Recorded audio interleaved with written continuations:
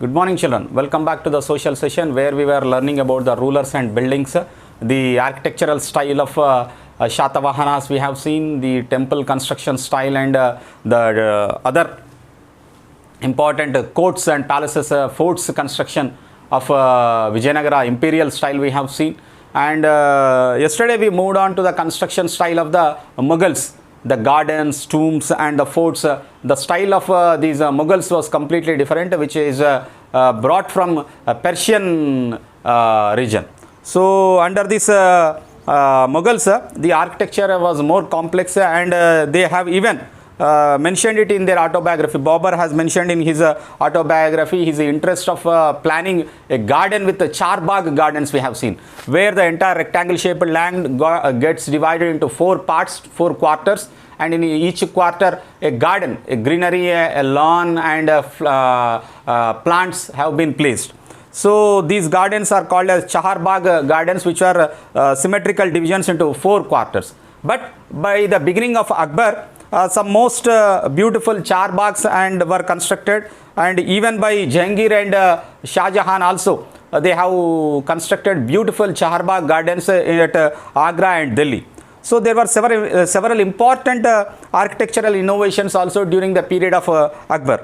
For inspiration, Akbar's architects turned to the tombs of the Central Asian ancestors like Taimur, the central towering dome and the tall gateway that is called as a pistak. So if you have seen the Taj Mahal, the entrance, okay, so the tall gateway we call it as a pistak. So these became a part of Mughal architecture. First visible, these kind of construction is first visible in Humayun's tomb. The tomb was placed in the center of a huge formal charbagh.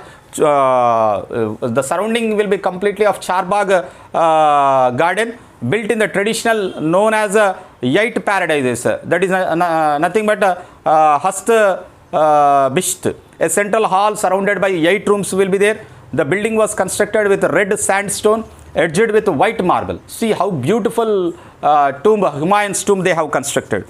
So there is a Humayun tomb's picture is also given in the textbook, children. Please go through that picture, how beautiful they have constructed the tomb.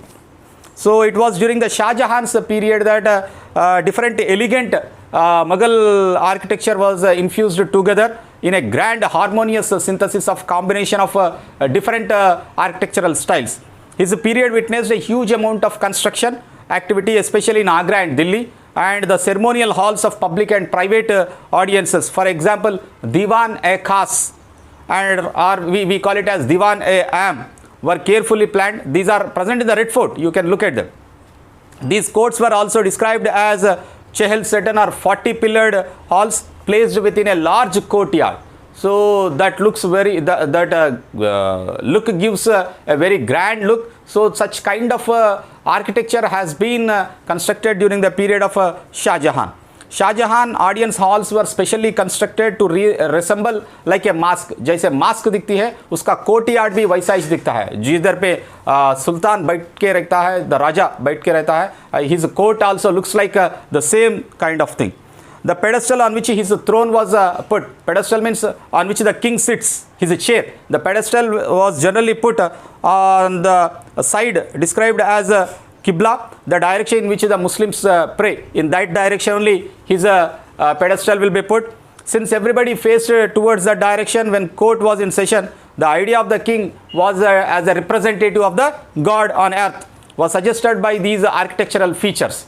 So जैसे हमारे नमाज time पे जिस direction पे देखते हैं किबला, सो उसी डायरेक्शन पे ये पेडेस्टल भी रखा गया था. So he wanted to represent as if it is a god. So we shall see about the connection between the royal justice and the imperial court in the next class even, children. Thank you.